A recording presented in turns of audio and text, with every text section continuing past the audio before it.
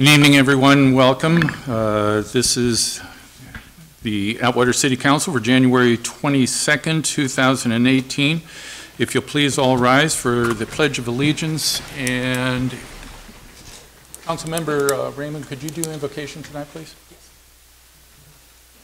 I pledge allegiance to the flag of the United States of America and to the republic for which it stands, one nation, under God, indivisible, with liberty and justice for all. Father God, we thank you for this day. We thank you for this time together, Lord. We ask for your blessings in these chambers tonight as we make decisions that are going to affect the will of the city or the direction of the city, Lord. We ask that your will be done. Father, we ask for blessings. 2 Corinthians, or 2 Chronicles 7:14 says, if our people turn and seek your face, Lord, you'll heal their land. And we're asking for blessings in the city of Atwater today, Lord. In Jesus' name, amen. Amen. Roll call, please. Creighton. Here. Raymond. Here. Vieira. Here. Vineyard. Present. Price. Here. We have a quorum. Mayor or city attorney report out from closed session. Ladies and gentlemen, there are no reportable items this evening out of closed session. Staff was given direction. There have been no subsequent need items that have come to our attention, and so we move to approval of agenda as posted or as amended. Are there any items to the agenda that anyone wishes to amend or add to? Okay, hearing none. Mr. Vineyard? I'm going to make a motion to approve the agenda as posted. Second. Okay, call for the question. Creighton. Yes. Raymond. Yes. Vineyard. Yes. Vieira. Yes. Price. Yes. Motion passes. Comments from the public.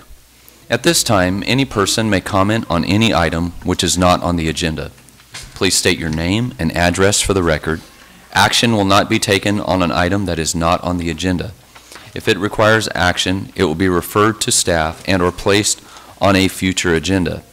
To comment on an item that is on the agenda, please wait until the item is read for consideration. Please limit comments to a maximum of 5 minutes. Good evening. How's everybody tonight?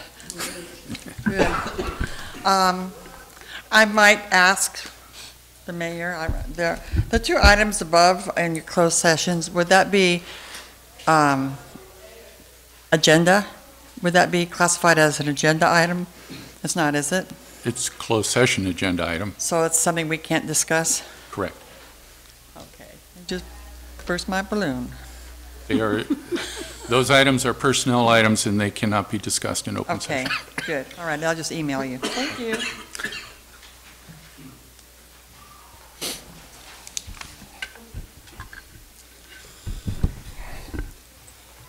Good evening, council members. My name is Richard Johnson, 1675 Drakely Avenue, Atwater.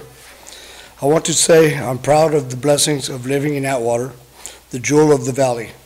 On the 4th of July, our population almost doubles for our world-class 4th of July parade.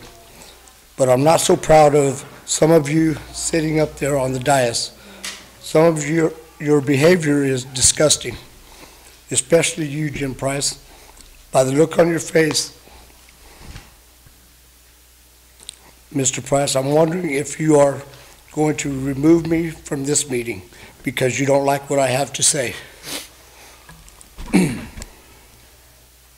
But that doesn't compare to when you decided to drive down a federal runway at Castle, taking pop shots from your truck at squirrels or weasels. You sure didn't give any thought to the young man you put in danger. He described his terror in the Sun Star. He told them how scared he was. He thought he was going to die as bullets from your rifle ricocheted past him. You shamed not only yourself, but the city of Atwater. Your actions suggest a background check should have been done on you, not a city manager who never put someone's life in danger. Do the right thing, Jim Price, and put in your immediate resignation. Don't wait until the voters boot you out this year. Your chance for re-election is no better than a snowball's chance in, well, you know. Finally, I want to make it crystal clear, as a member of the Atwater Good Government League, your dismissal will be our top priority. Thank you. Anyone else?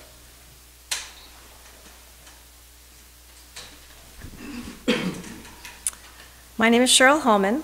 I live on Santa Cruz Avenue in Merced. However, I am here as a teacher from Bellevue School, located at 1020 East Bellevue Road here in Atwater. I have been a teacher at Bellevue for over 10 years, and I come before you tonight to discuss an idea I have about the Atwater community working together to improve the neighboring area of our school. According to the California School Dashboard, 96% of the students who attend Bellevue are socioeconomically disadvantaged.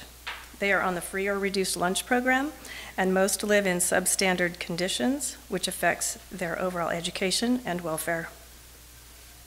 As stated on the HUD website, studies have illustrated that crime, education and delinquency, psychological distress, and various health problems, among many other issues, are affected by neighborhood characteristics. Our students are truly wonderful children who deserve every opportunity to reach their developmental and educational potential. They are innocent victims of the dangerous, unhealthy, and run-down environment in which they live.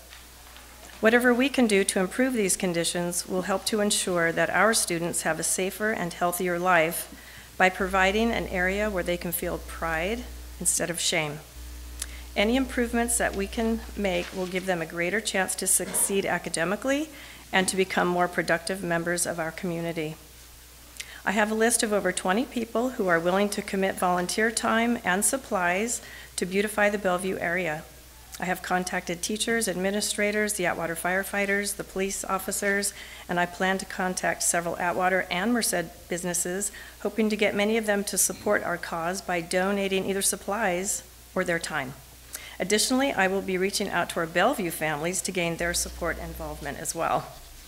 It is my goal to see that a committee be formed where plans can be implemented so that with time, the neighborhood surrounding Bellevue School will no longer be an eyesore to the community, but will become a source of pride. While we appreciate all that the City Council and Atwater government agencies have done to improve the conditions surrounding our school, like having more police patrols and the decrease in the number of shootings, there is still so much more that we all can do. I'm hoping that the Atwater City Council will support this endeavor and guide me to the appropriate persons or agencies so that this project can be moved forward. And I thank you for your time. And do we have your contact information? Yes. Okay, very good. Thank you. Thank you.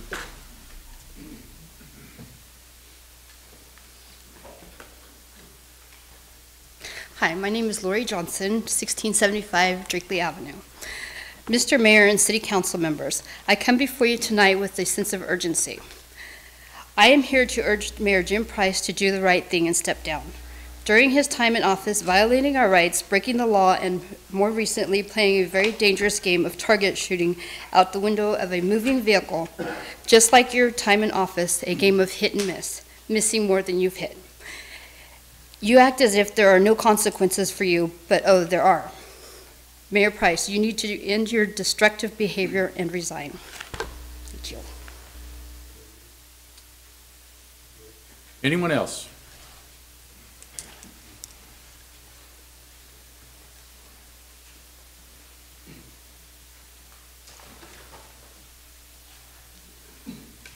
Good evening. Larry Bergman, Mermaid Drive, Atwater.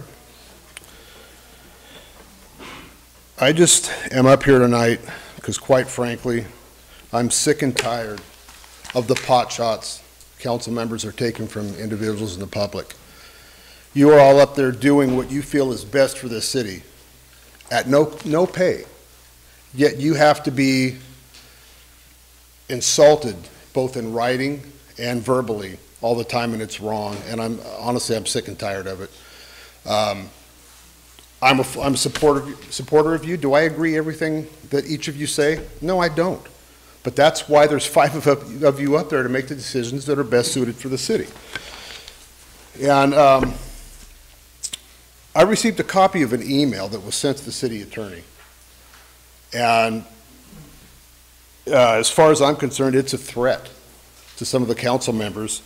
And I conferred it is public information, so I want to read some of these excerpts. I'm not using names of who sent it, but I want everybody in the council to hear, you know, what these things are, and it's ridiculous. And as I said, it was sent to Tom. Since my name was used in the email, I felt compelled to respond to Ms. Vieira's quote. Apparently there were presidential quotes going back and forth. I find it hilarious that a proven liar, not an opinion but a fact, talks about togetherness when she and her partner Paul have tried their best to split this council from day one. Really? Split the council? Because we have two new council members that seem to think alike, they're splitting the council? It just makes no total sense to me. Remember the special meeting called without consulting the mayor? Well, as I understand it, 3 council members that have an issue can call a meeting and do not need the approval of the mayor. Arguing with Mayor Price over his right as mayor to name pro tem and making a public argument. I didn't hear a public argument. Does anybody up there remember an argument? Did you argue, Councilman Creighton?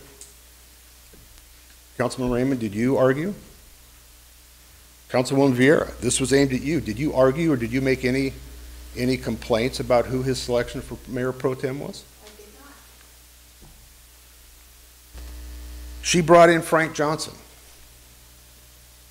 That's kind of funny. I have been off this council for a year. And Frank Johnson, if I am correct, you've been coming for a few years now, have you not? So she brought him in, another false accusation made. She shoved DeWork down our throats last April. Really?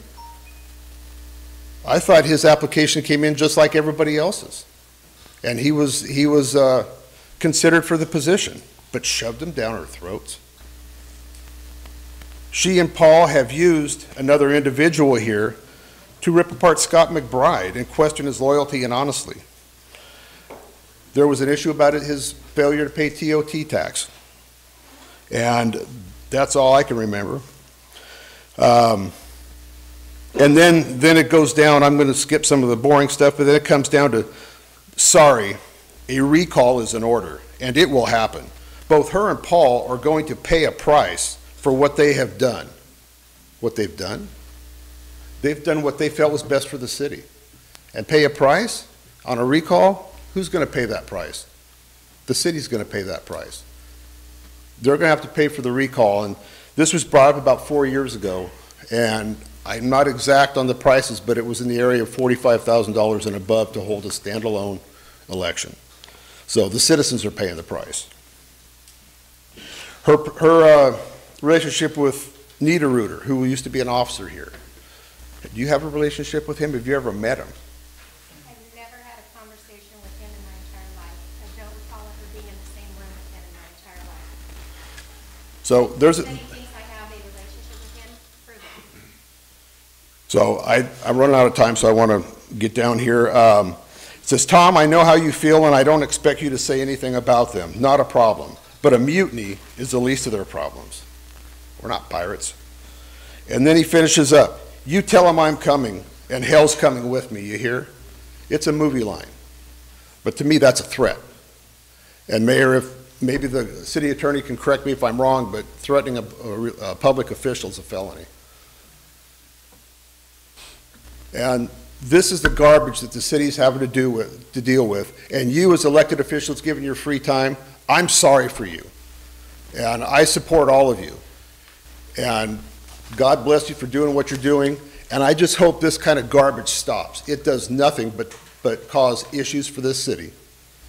And gives great fuel for our reporters for reporting the news. But this does nothing for the city but tear it apart. And people want this to be the jewel of the city again. When they're doing this kind of stuff, it's ridiculous. Thank you again for what you do, and I'm very proud of all of you for sitting up there. Thank you, Larry. Anyone else?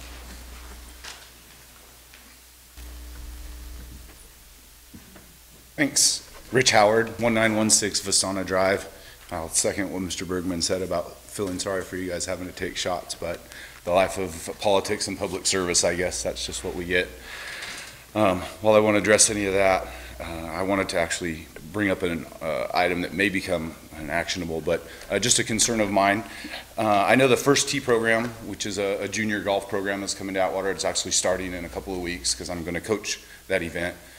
With that comes a recruitment of a lot of youth to the Atwater Golf Course, of course, and anyone who familiarizes themselves or lives in that area can tell you that Fairway, Augusta, and Green Sands, it's really less of a city street as it is a racetrack for hopped-up vehicles on a daily basis. And my concern with that is there will be some foot traffic of the neighborhood kids going to the golf course for practice, et cetera, in addition to the 3 high schools that use the facilities there. And I just really am starting to become concerned that someone's going to be killed by a motor vehicle there, run over. The speeds at which they're going, particularly on Green Sands, is just crazy to watch. So I know the police have a lot of things to do, but I see the traffic trailer with the speed identifying on Schaefer quite a bit, and I wondered if even as a education or some kind of mechanism we could start deploying it to some of the residential streets, maybe to help that item out just a little bit. Thank you. Thank you.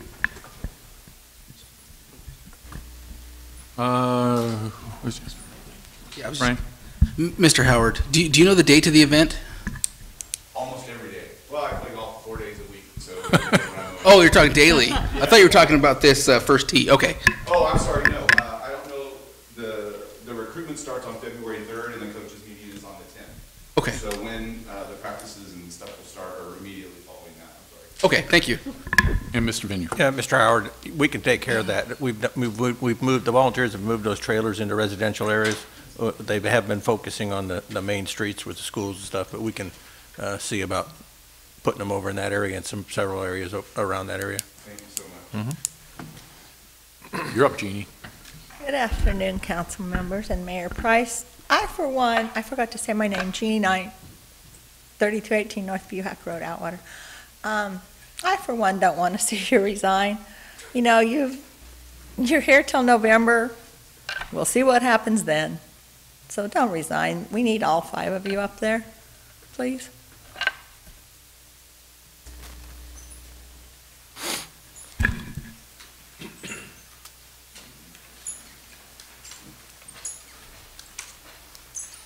Good evening, Frank Johnson, President of the National Association for the Advancement of All People, Modesto, California. And I can honestly say I've waited a long time for this evening. I believe the council is dealing with enough issues, both internally and externally, at this point. So I have no additional issues to add publicly at this time. I would like to thank the new interim city manager, Art DeWork, for contacting me and scheduling a meeting in person for later this week. I'm optimistic that the issues I have previously brought up will be investigated and appropriately handled under the present administration. Thank you. Is there anyone else wishing to address the council at this time? Okay, seeing none, next agenda item. Our consent calendar. Background information has been provided on all matters listed under the consent calendar, and these items are considered to be routine. All items under the consent calendar are normally approved by one motion. If discussion is requested on any item, that item will be removed from the consent calendar for separate action. Are there any items on the consent calendar that any council member would like to remove for separate consideration? Are there any items on the consent calendar that any member of the audience would like to remove for separate consideration? Okay, seeing none and hearing none, I will... Motion to approve. Second. Okay. Call for the question. Raymond, Yes. Creighton, Yes. Vineyard, Yes. Vieira, Yes. Price. Yes. Motion passes. Funding and budget matters. Treasurer's report for the month of December 2017. Mr. Heller. I'm getting ready. Good evening, Mayor and Council. Before you is the Treasury report for December 31st. Also, today, we received property taxes in the amount of $1.7 million, which should help our general fund. Absolutely. Any questions for Mr. Heller? Yes, Ms. Vieira. Of the 1.7 million, do you recall what was anticipated in our budget? Is that higher than or lower than? It's higher than 1.2, wasn't it? High end or low end? And I'm just wondering, was it more than we expected or lower? This is just the first payment, so we will receive the second payment in May. So Okay. then we will find out, but so far we are on track. Perfect, thank you. Okay. Any questions? Any questions from the audience? Motion to approve. Call for the question. Vineyard, Yes. Vieira, Yes. Creighton, Yes. Raymond, Yes. Price. Yes. Motion passes. Thank you, Mr. Heller. Public hearings. Waiving the first reading and introducing ordinance number CS 992, amending Chapter 12.32 of the Atwater Municipal Code entitled Trees, and adopting Resolution 3000-17, Urban Forest Tree Master Plan. Ms. Waterman. Mayor, City Council, if you remember back in September 2015, we came to you with an award from CAL FIRE Urban Forestry Program for greenhouse grant emissions in the amount of $150,000. That amount encumbered a new urban forest tree management plan as well as updating the city's tree ordinance. We've been working steadily for the last year and a half or so, had several stakeholders meetings. We've met with CDRC. We've also included the tree partners as well as the school districts in our stakeholder meetings. And we have Davie Resources Group here to answer any questions on the final. This is our final product, and we're presenting it to you. This is going to be a tool that we'll be able to use for 20 years down the road. Okay. Is there any questions that you have of me? Or? Any questions for Lori? Okay. Are you from Davies? I am. I'm Okay. Elizabeth Lanham from Davie Resource Group. And I just wanted to give you a little information on basically what our final product here is. So if you could go to the next slide for me. So for our ordinance revisions, our main objectives are providing a product that has clarity, enforceability, and that's keeping with Atwater's values. So we want to clearly define what is a street tree versus a private property tree, and what the city's responsibility is in street trees. Create a fine schedule for violations that is sort of enforceable subject to the city's wishes, and then require tree protection plans for construction projects. Next slide, please. Develop a city parks and tree fund that owners would pay into when they remove trees as part of development without the ability to replace them. Establish a solar versus tree clarity, and then just generally improve clarity, consistency, language, grammar, and just all over improve the consistency of policy. And so as far as our urban forest master plan, our main areas of focus are growing and maintaining a healthy and resilient urban forest, optimizing program organization and resources, and collaboration and outreach. And this is done with an adaptive management system, which is what do we can you go back? What do we have? What do we want?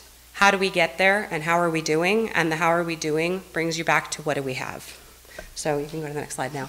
Our plan has 5 main goals, and each 5 goals have supporting objectives. So I will briefly just go through our main goals, and then I can answer any questions about both the ordinance or the urban forest master plan. Can you go to the next slide, please? So the first goal is to develop and maintain a sustainable, healthy, and safe urban forest. This is basically just to improve the overall health and resiliency of the urban forest in Atwater, making sure trees are cared for on a regular basis, providing comprehensive tree planting and replacement plans, and providing consideration for diversity, drought tolerance, and low water use in the future. Next slide, please. The second goal is to preserve and expand urban tree canopy and rebrand trees as community infrastructure. So this is basically the goal to increase canopy across Atwater by 3%. And to preserve existing tree canopy. And this focuses on development and redevelopment projects, updating existing planning documents, and making sure that the planning and other policy documents refer to the urban forest master plan so that that can be easily updated and things like ordinances don't have to be updated on a regular basis. Next slide, please. Goal number 3 is to develop comprehensive, user-friendly regulations and policies, and that's what we've already done with the ordinance revisions. It's also a goal to, revise design and construction standards moving forward, so they're a little more urban forestry. There's a little more clarity when it comes to urban forestry. Next, please. Goal number 4 is to optimize funding and identify new opportunities. So this is looking at both short-term and long-term funding sources. And it basically includes looking for things like grant funding, collaboration with potential partner groups, and basically optimizing support for public tree care from existing sources. And then goal number 5 is to increase education, outreach, and community engagement. So this would be developing programs and materials and presentations that provide more information for the community about the importance of urban forestry, as well as maintaining a comprehensive and dynamic website that would share information to the public. And it also supports partnerships with partner organizations such as the Tree Partners Foundation and the educational system. So that's sort of a general overview. If you can go to the next slide. The final thing is the Urban Forest Master Plan has a built-in check system, or how do we get there, how are we doing?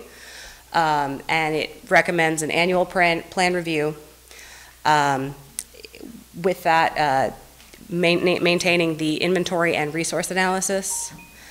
We've already provided a canopy analysis, and then an annual state of the urban forest report is recommended, and just ties into community satisfaction goals. So with that, I'd be happy to address any questions. Okay. Mr. Vineyard. Sure. Back when I moved to this city, we chose to buy a home. We were required by the city to put a tree in. And actually, the city put it in. No problem at all. Didn't cost us anything. If we took care of it properly and it died, the city would replace it. If that tree died, then we're responsible for the next tree. Unfortunately, in the area we were, it was an old dairy, so the soil underneath wasn't really good until you got about 8 feet down. But we got a successful tree planted. As time has gone on, a lot of people had trees, and the responsibility turns over to the property owner, but they're still designated as city trees. Mm-hmm. The trees have fallen down, been cut down, however it's occurred. There's never been a process to replace those trees. Mm-hmm. Does this include that process? This doesn't specifically include the process to replace those trees, but it includes measures for canopy growth. Okay. So that sort of goes hand in hand with what you're saying. So that would be a canopy loss, and we have measures in place that are suggesting ways to optimize canopy growth. Okay. And that includes putting trees where trees aren't now, correct? Exactly. Thank you. Any other questions before we open it up? Okay. This is a public hearing item. We'll open up to the public. Anyone wishing to speak to this item, this is a public hearing. Please come to the podium, state your name for the record. Anyone?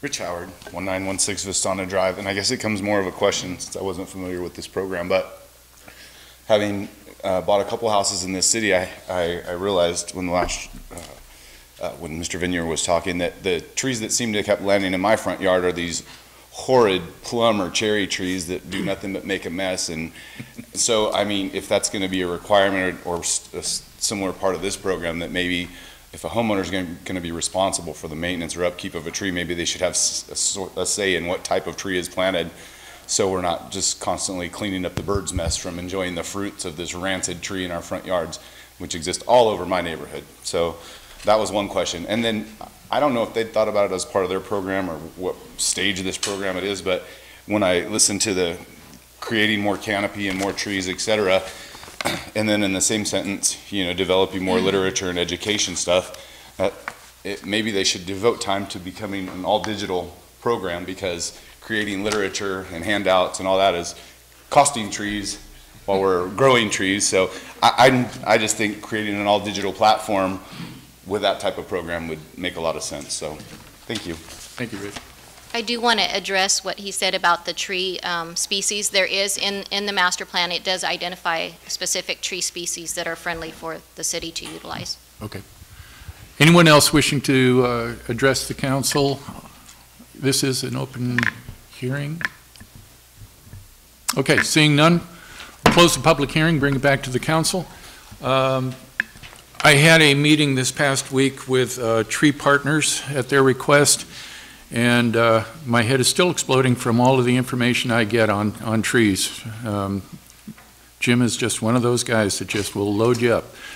We have been doing stuff so wrong in this city when it comes to the urban forest application here. We put trees in that had no business being there. I think anybody that goes down Broadway and gets down in the area of Pasadores or Grannies or any of those places, and you see the way the root structure has taken the sidewalk to new heights, literally, we know that those were the wrong trees that went in there, and new trees have been put in. One of the complaints that we had, or that was given to me, was that we don't have a point of contact for taking care of the trees and things within the community.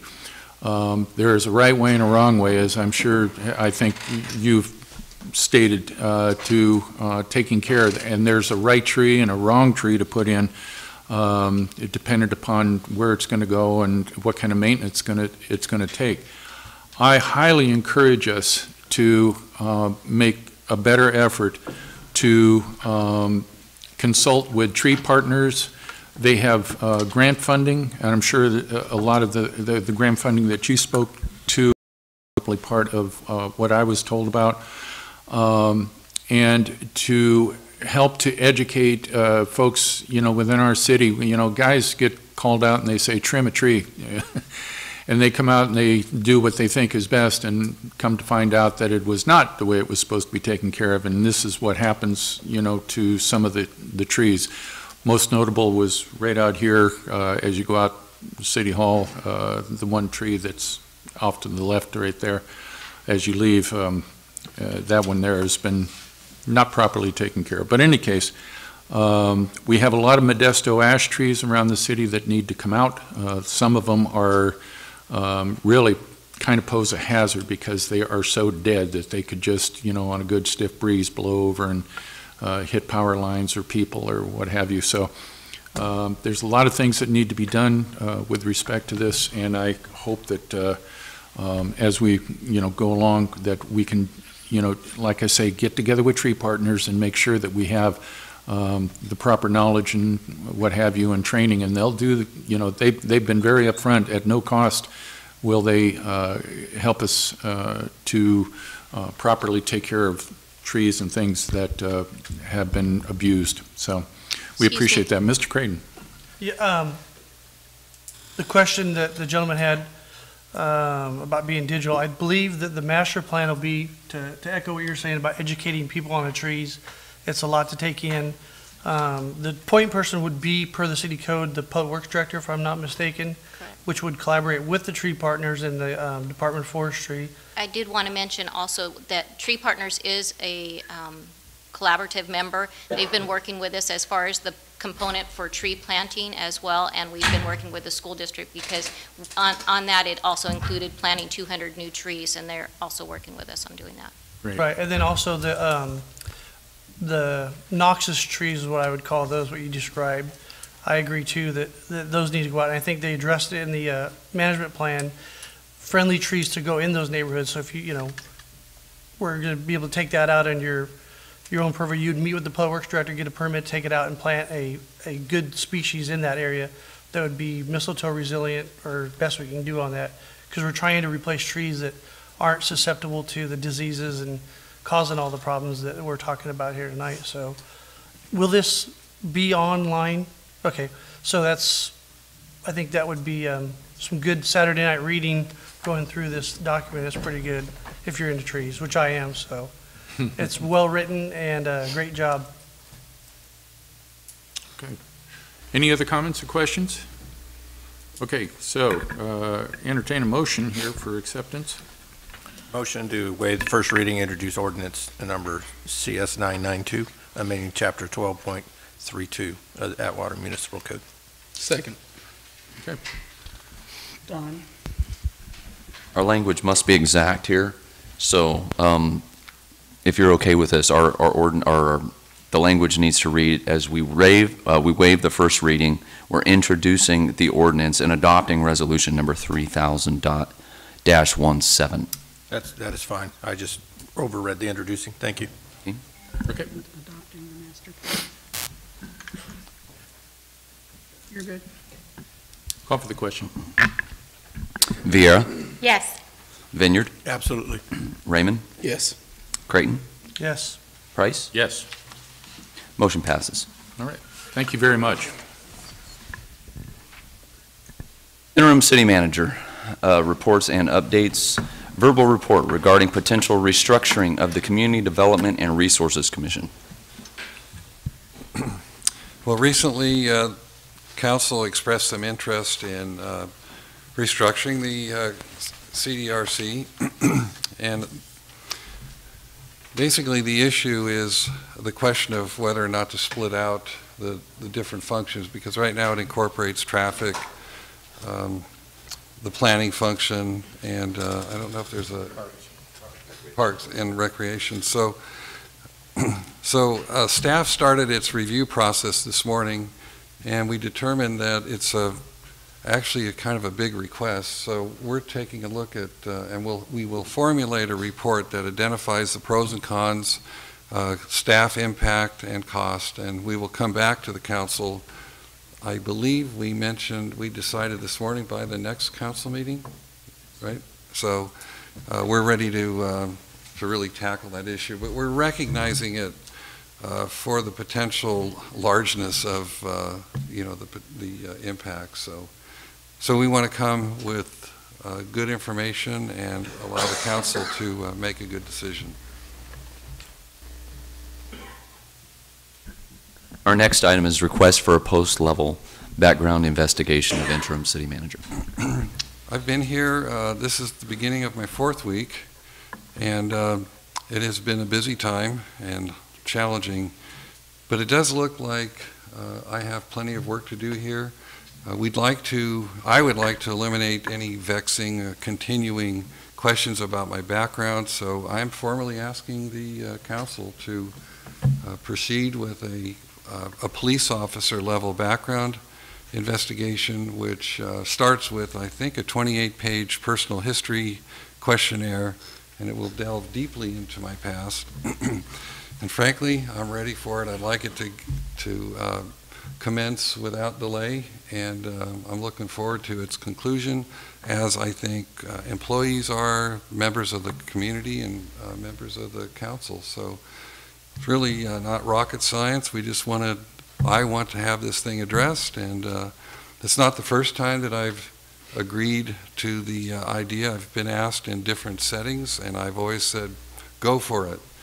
But it never, the process never got started, so I thought, okay, let's put it on the agenda, make it a formal request, and do it. And that's why I'm here. Next item. We need to take action on this here, so Mr. Terpstra, you have... I believe the agenda does list, it says the council would take action by motion to authorize this to take place. So there's not a resolution per se, but there would be a motion to authorize and direct the city attorney to retain an independent firm to conduct that background investigation, and we're comfortable doing that. We'll go ahead and make that process get started immediately. Okay. Provided that has the support of the council. Go ahead. I just wanted to comment on it. The general public has driven this issue, a few members of the public in particular, and this is an effort by the council and the city manager, if we vote this way tonight to approve it, to move in a positive direction. There's nothing to hide. There's nobody trying to do anything. There's people making accusations that there's something there and they're chasing ghosts. This gives us an opportunity to move forward, put it behind us, and get back on a positive track. Enough of the pettiness. So that was my comment. So I'll make the motion to move forward to authorize the post-certified background investigation of Mr. DeWart. Second. Okay. Call for the question. Vieira. Yes. Vineyard. Yes. Creighton. Yes. Raymond. Yes. Price. Motion passes. Certainly. Our last item is city council comments. Excuse me. Yes. City Clerk, Mr. Mayor, Yes. and council members, I'd like you to be aware, and there may be some audience members here who are wondering what I'm doing on my cell phone.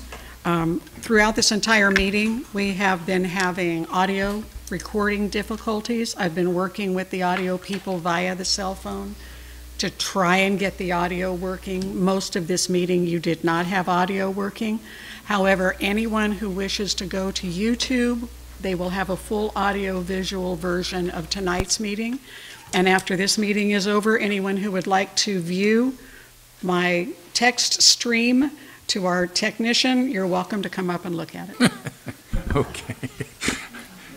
And just if I might, if you want to go, if you're at home and you're hearing us, the way to do this normally is to go to YouTube Live, and that sound usually works pretty good. At least my mother-in-law in San Luis Obispo hears it pretty good over there. So I guess it gets that far, it can get, somewhere here in Atwater or Merced. So in any case, okay, thank you, Lisa, I appreciate them. Okay, council comments, Mr. Raymond? Thanks, Lisa, for saving us money on a FOIA request. Nothing further. Nothing further. Okay. Ms. Vieira. Yeah, I just want to say that a couple things. I don't know if it was made public or not, and I'm very proud of Mr. DeWart for stepping up and volunteering this. No one can ever deny that I have shoved him down your throat from the beginning, but I think that we're going to all find that he's a very ethical and good man. His first week, he did step up and ask for a decrease in his pay. He did note that the city employees had not had a raise in quite some time, and he definitely felt like he wanted to let them know that he had a little skin in the game as well. I hope that when the background investigation comes back, and it will, I have no doubt will come back very clear, that as a community we can at that point welcome him and truly embrace him. And I think we can see a lot of really good things happening. If not, you guys can dig a 6-foot hole and put me in it, because I know I've been a cheerleader for him. But whenever you find someone that you do believe in their integrity, I believe you stick with them the whole way. I think that the last couple of weeks, as a council, we've made some good strides and some good decisions and starting to work together. I see a turn definitely in some recent dealings that we've had. And moving forward, I just want everyone to know you can always reach out and contact me if you have questions about the way I vote, who I know, who I commune with. My phone number is 209-201-2463. I put it out there often. I welcome any comments or questions that you have about, again, any way I vote or any integrity that I have up here on the dais. I'm proud of holding my seat here. I was very proud to be elected by this city, and I do my best to serve my position with all the integrity that I have. Thank you. Mr. Creighton. No comments. Mr. Vineyard. Getting me out my binder. Hold on just a minute. No, I'm kidding. First and most important thing is Joan Fall, used to be in my area, was a volunteer for me. She had surgery last week, and she came through that surgery with flying colors from what she tells me. I believe she's home resting. So please give her at least to the first part of next month before you start bugging her about anything. Although I know she's going to try to hit the ground running no matter what. So.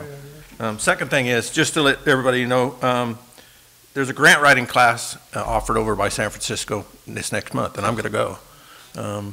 I've been involved with grants before in my previous profession. Never wrote them, but I want to get more understanding about what they're about. So I'm going to attend this class at no cost to the city whatsoever, or the citizens. It's February 8th and 9th, and I'll be over there, and hopefully I can report something good back to you. I think it's important that we get some extra help in that field, and if I can do that to help our planning department and our city, then fantastic. Last thing is flu and pneumonia. It's all over the news. 42 states are infected, plus we've had over 70 deaths just in California in a very short period of time, and they're hitting every age from newborn to 100-year-olds. So if you feel yourself getting sick, go see the doctor. It may be nothing, but people have gone to the doctor and turned around and gone home and died the next day from it. So take care of yourselves first. You don't have to cough on anybody. It's from what they're saying, all you have to do is talk. So maybe I should talk less. But wash your hands, do all those things that need to be done, and take care of yourselves so you can stay healthy. Thank you. Thank you, Jim. The 4th of July committee met this past Thursday, and it looks as though our theme for this 4th of July will be a salute to our first responders.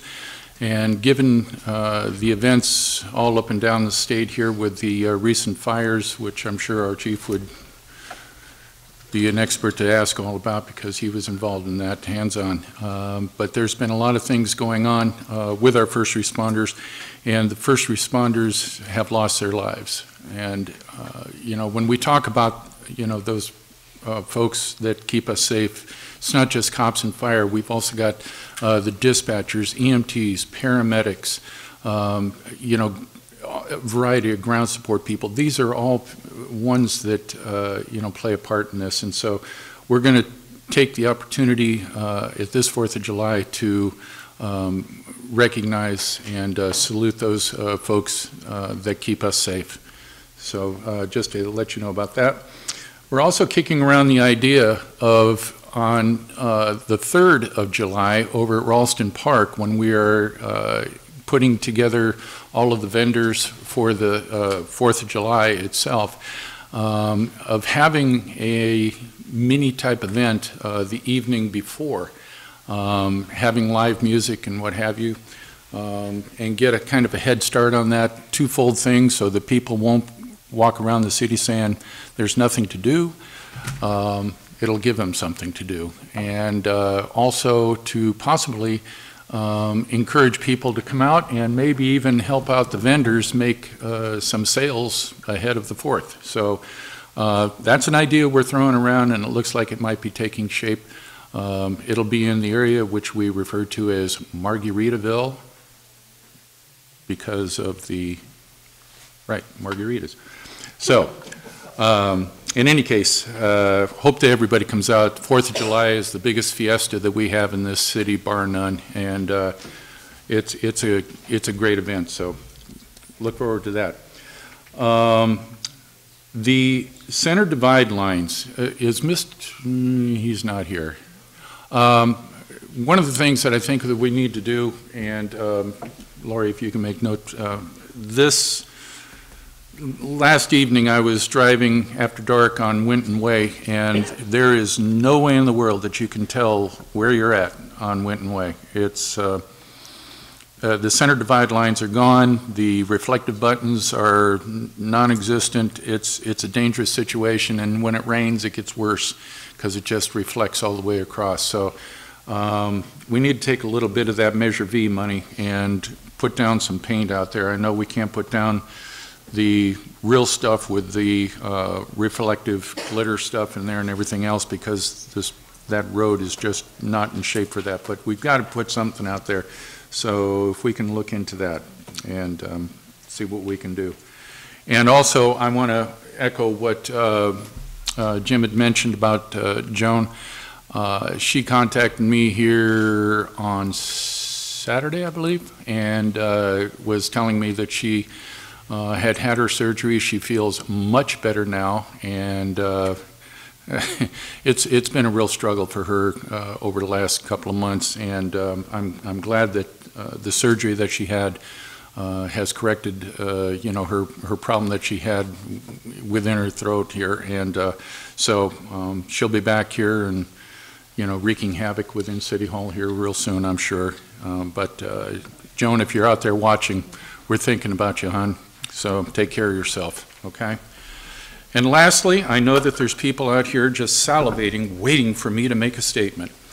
I'm not going to make one. On the advice of counsel, I am not going to make any statements or give any details to a situation that my name is attached to. I'll only say this, and I will say this to those that are out there that are just having a ball on social media and what have you. All of you are entitled to your own opinions. I will never, ever get in the way of that. But you are not entitled to your facts. Keep that in mind, not just for myself, but all of my council members up here as well. Okay? Any other thoughts, comments, afterthoughts? Okay. If not, thank you all for attending tonight. God bless you all. Take a good drive home. This meeting is adjourned.